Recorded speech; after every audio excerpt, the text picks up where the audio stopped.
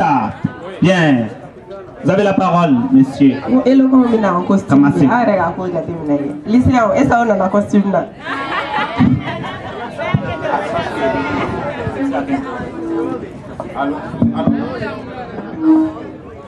Allô. Ah, si les membres du jury, s'il vous plaît. Honorables membres du jury, messieurs et dames, tout protocole strictement observé, en ce jour de ce jour, l'aube de l'Afrique nouvelle verra les jours.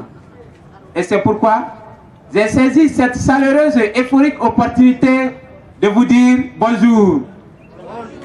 Je me nomme Mamadou Kaka Samasekou, étudiant au centre de formation et de perfectionnement en statistique. Bien avant de commencer, permettez-moi de saluer, de remercier, de féliciter et d'honorer également MC Mali Move Together pour l'organisation de ce concours qui aussi offre une forme d'excellence à ces jeunes gens, à ces élèves, à ces étudiants dont j'en fais partie. Alors ce matin, le thème qui nous lie est la culture d'excellence. À l'entendre, j'ai été saisi d'une problématique. Comment cultiver l'excellence? Comment viser l'excellence? En d'autres termes, comment travailler à ce que les choses soient excellentes dans notre vie? Charmant public, à cette époque du monde en compétition, où les bons n'ont pas leur place, en plus forte raison, les moyens. Les mauvais, n'en parlons pas. Soit vous êtes dans l'excellence dans ce que vous faites, soit vous disparaissez. Alors aujourd'hui, plus que jamais, la culture de l'excellence apparaît comme une conditionnalité cardinale du développement des sociétés actuelles. À présent, il est admis qu'il ne saurait être question d'excellence en absence d'un minimum de prérequis sociaux en termes de valeur de développement. Mesdames et messieurs, honorables membres du jury, nous sommes à la recherche de la culture d'excellence. Pour comprendre cette culture d'excellence, je vous invite à voyager avec moi.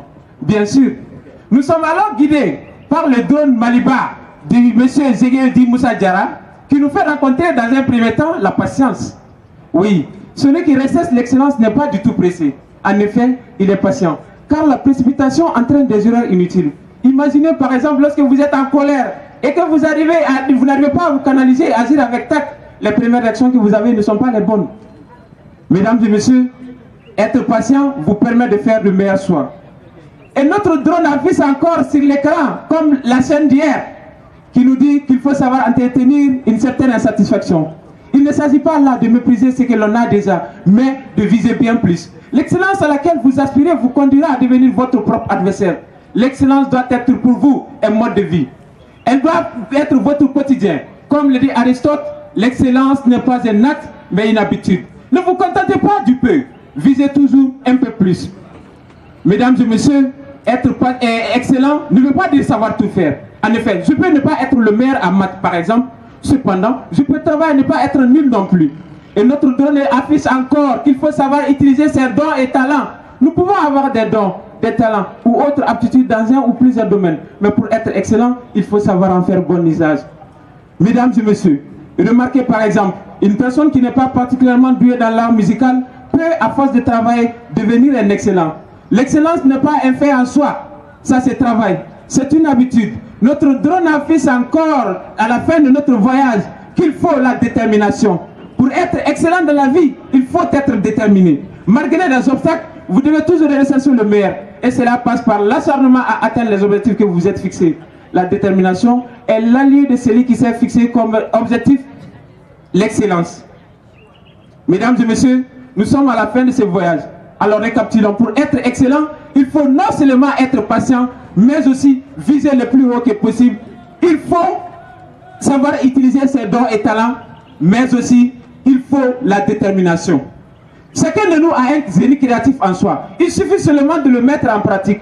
Comme le dit un président sud-africain du Nelson Mandela, je cite, nous nous demandons parfois qui suis-moi pour être brillant, radieux, talentueux et merveilleux. En fait, qui êtes-vous pour ne pas l'être? Nous sommes nés pour rendre manifeste la gloire de Dieu qui est en nous. Et en laissant briller sa propre lumière, nous donnons sans en être conscients la possibilité aux autres d'en faire de même.